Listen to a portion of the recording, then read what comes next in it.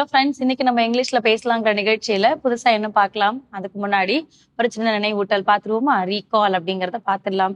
So நம்ம எதை பத்தி பார்த்துட்டு இருக்கோம்? காலங்கள், அதாவது டென்சஸ் அப்படிங்கிற விஷயங்களை பத்தி பார்த்துட்டு இருக்கோம் இல்லையா? ஸோ டென்சஸ் அப்படிங்கும் போது தெர் ஆர் மெனி கைண்ட்ஸ் அப்படின்றது சொல்லலாம், இல்லை 12 டென்சஸ் அப்படின்னு குறிப்பாகவும் சொல்லலாம் இல்லையா? ஸோ 12 டென்சஸ் அப்படிங்கிறதுல இருந்து நமக்கு there is a rule for each and every tense. எல்லா டென்ஸ்க்குமே என்ன இருக்கு, நம்ம கிட்ட ஒரு ரூல் அப்படிங்கிறது இருக்கு. அக்கார்டிங் டு த ரூல், அந்த ரூலுக்கு ஏத்தறப்புல தான் நம்ம எப்படி கொண்டு போற மாதிரி இருக்கும், அந்த டென்சஸை எடுத்துட்டு போற மாதிரி இருக்கும். ஸோ அப்ப நம்ம அந்த ரூல் அப்படிங்கும் போது நம்ம கண்டிப்பா ஒரு ஆக்ஷன் வார்த்தைகள், அதாவது செயல் வார்த்தைகளை கண்டிப்பா கொடுக்குற மாதிரி இருக்கும். செயல் வார்த்தைகள் அப்படிங்கும் போது என்னது, நம்ம என்ன வேலையை செய்யறோமோ அந்த வேலைக்கானதான் செயல் வார்த்தைகள். அதையும் verb 1, verb 2, verb 3, V1ல எப்படி கொடுக்கலாம், அது V2ல எப்படி சொல்லலாம், V3ல எப்படி சொல்லலாம்ன்றத ஒவ்வொன்றத்தையும் நம்ம பிரிச்சு பார்க்கும்போது நமக்கு எப்படி நிகழ்காலத்துல சொல்ல முடியும், எதிர்காலத்துல எப்படி சொல்லலாம், இல்ல இறந்த காலத்துல எப்படி சொல்லலாம் அப்படிங்கறத வந்து வேரியேஷன்ஸோட சொல்ல முடியும் இல்லையா? சோ இதுதான் வந்து நமக்கு verb formல டென்சஸா நம்ம யூஸ் பண்ணிக்கிட்டு இருக்கோம். இதுல எக்ஸ்க்ளூசிவா நம்ம எதை பத்தி பார்த்துக்கிட்டு இருக்கோம்? பாஸ்ட் பர்ஃபெக்ட் டென்ஸ் பத்தி பார்த்துட்டு இருக்கோம். அதுலயுமே அஃபர்மேஷன்ஸ் நமக்கு நிறைய இருக்கு. அதாவது பாசிட்டிவ், நெகட்டிவ், இன்ட்ராகேட்டிவ்ஸ்னு நிறைய அஃபர்மேஷன்ஸ் இருக்கு. அந்த அஃபர்மேஷன்ஸ்ல நிறைய ப்ராக்டிசிங் கொண்டு வந்துட்டு இருக்கோம். அதுலயும் குறிப்பா நம்ம எதை பத்தி இப்ப பார்க்க போறோம்? இன்ட்ராகேட்டிவ். ஒரு கேள்விகளா இருந்தா, இதை பண்ணியிருந்தால், வந்திருந்தால், செய்திருந்தால் அப்படின்னா அதுக்கு எப்படி பதில் சொல்லலாம் அப்படிங்கறத எப்படி ஃப்ரேம் பண்ணி எழுதலாம்னு சொல்லி தருவாங்க. நம்ம பார்த்துட்டு இருக்கிறது பாஸ்ட் பர்ஃபெக்ட் டென்ஸ். அண்ட் அதுல வந்து எக்ஸ்க்ளூசிவா பார்க்கறது இன்ட்ராகேட்டிவ் இல்லையா? ஸோ ஒரு கேள்விகளா, ஒரு எதிர்மறை கேள்விகளோ இல்லை கேள்விகளா இருந்தா எப்படி அதுக்கு பதில் சொல்லலாம் அப்படிங்கிற மாதிரி. ஸோ எதுவா இருந்தாலும் நமக்கு யார் வேணும்னு சொல்லியிருந்தோம்? verb form V1, V2, V3, அதாவது present, past, past participle. So இப்போ ப்ரெசன்ட் அப்படிங்கும் போது நான் என்ன எடுத்திருக்கேன் அப்படின்னா, verb formல ஃப்ரீஸ் அப்படிங்கிறது. ஃப்ரீஸ்னா என்னது? To be, statue. இப்ப நம்மளே விளையாடும் போது கூட சொல்லுவோம் ஸ்டாச்சு அப்படின்னு சொல்லுவோம், இல்ல ஃப்ரீஸ் அப்படின்னு சொல்லுவோம். அப்ப என்ன பண்ணுவோம்? ஆடாம அசையாம நிக்கிறது அப்படிங்கிறதுதான். அப்ப இந்த ஃப்ரீஸுங்கிறத நம்ம வேற இடத்துலயும் யூஸ் பண்ணுவோம். எங்க யூஸ் பண்ணுவோம்? நம்ம ரெஃப்ரிஜரேட்டர்ஸ்ல யூஸ் பண்ணுவோம். ஃப்ரீஸ் ஆயிடுச்சு, இந்த குக்கிங், அதாவது ஃபுட் வந்து ஃப்ரீஸ் ஆயிடுச்சு, ஐஸ்கிரீம் ஃப்ரீஸ் ஆயிடுச்சு, ஜூஸ் ஃப்ரீஸ் ஆயிடுச்சு, அந்த மாதிரின்றது சொல்றது. அது அப்போ ஃப்ரீஸுங்கிறது என்ன சொல்றது? உரைய வைக்கிறது இல்லையா? அப்படியே நமக்கு ஸ்டாச்சுவா இருக்கிறது அப்படியே. ஸோ உரைய அப்படிங்கிறது. V2 வரும்போது ஃப்ரோஸ் அப்படிங்கிறது. ஸோ V3 உங்களுக்கு வரும்போது ஃப்ரோசன்.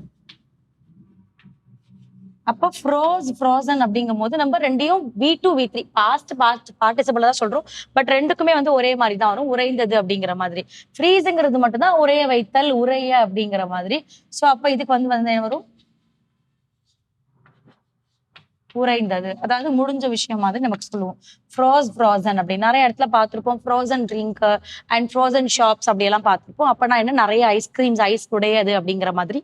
ஸோ இப்போ இந்த ஃப்ரீஸ், ஃப்ரோசன் வச்சு எப்படி நம்ம இன்ட்ராகேட்டிவ்ல சென்டென்ஸ் ஃப்ரேம் பண்ணலாம்னு பார்க்கலாம்.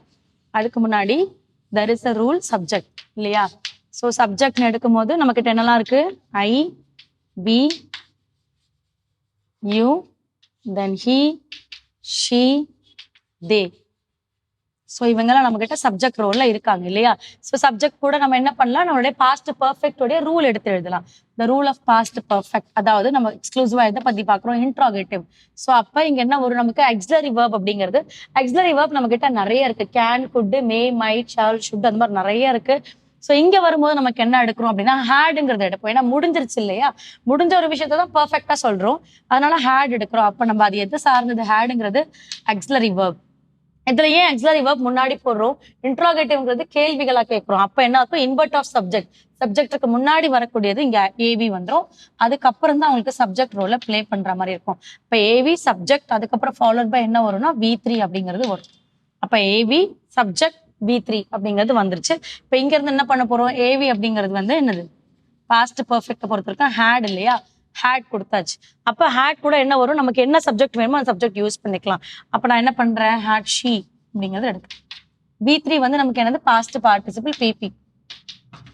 அப்ப ரூல் எழுதிட்டு ரூலுக்கு என்ன வேணுமோ அந்த ரூலை வந்து நான் அப்ளை பண்ணி வச்சுட்டேன். இப்ப இந்த ரூலை நான் என்ன பண்ண போறேன்? யூஸ் பண்ணி சென்டென்ஸா ஃப்ரேம் பண்ணலாம்.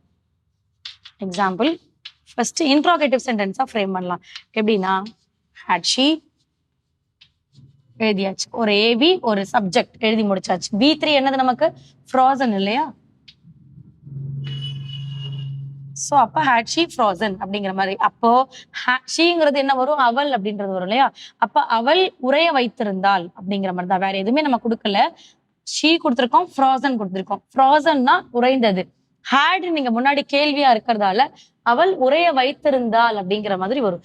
எதை அப்படின்னு குறிக்கணும் அப்படின்னா had she frozen the food, food or juice or anything. So அப்ப had she frozen the food அப்படின்னா அவள் உணவை உறைய வைத்திருந்தாள், அது மாதிரி ஒரு கேள்வியா. அப்ப அவ உணவு வந்து வெளியில எடுத்து வச்சிருந்தா இல்ல உறைய வைத்திருந்தாள், ஃப்ரிட்ஜ்ல வச்சிருந்தா, அந்த மாதிரி நம்ம சொல்றோம். அப்ப அதுக்கு நான் பதிலா எழுதுனேன் அப்படின்னா ஒரு பாசிட்டிவ் பதில் ஃபர்ஸ்ட் எழுதுறேன். இப்ப என்ன எழுதுறேன், she had frozen the food. இந்த இடத்துல வைத்திருந்தால் தெரியுமா தெரியாதமா அந்த மாதிரி பேசுறது, இந்த இடத்துல கண்டிப்பாக தெரியக்கூடியது. she had frozen the food, அவ ஃப்ரிட்ஜ்ல ஃபுட்டை வச்சுட்டா, ஃப்ரீசர்ல ஃபுட்டை வச்சாச்சு அப்படிங்கிற மாதிரி கரெக்டா பேசுறது. இதே வந்து நீங்க நெகட்டிவ்ல சொல்றீங்க அப்படின்னா she hadn't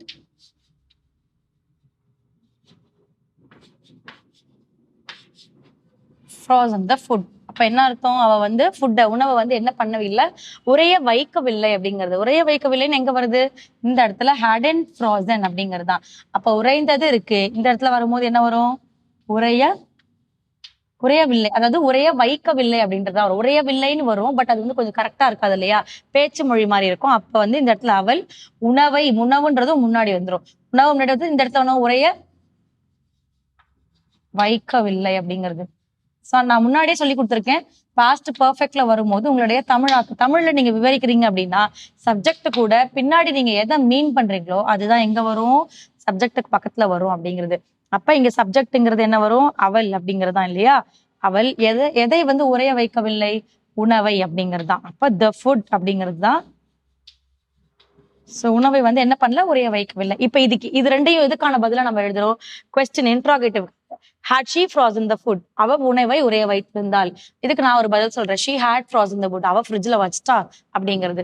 இதே பதில் இன்னொருத்தவங்க என்ன சொன்னா, she hadn't frozen the food, அவ ஃபுட்டை வைக்கல அப்படிங்கிற மாதிரி. சோ இந்த மாதிரி இந்த ஃப்ரீஸ், ஃப்ராஸ், ஃப்ராசன்ங்கிற வெர்ப் ஃபார்ம் வச்சுட்டு அடுத்த கிளாஸ்ல நீங்க ஹோம்ஒர்க் எழுதுங்க. 5 to 10 செட் ஆஃப் சென்டென்சஸா எழுத பழகுங்க, அப்பதான் ஈஸியா இன்னும் பேச முடியும்.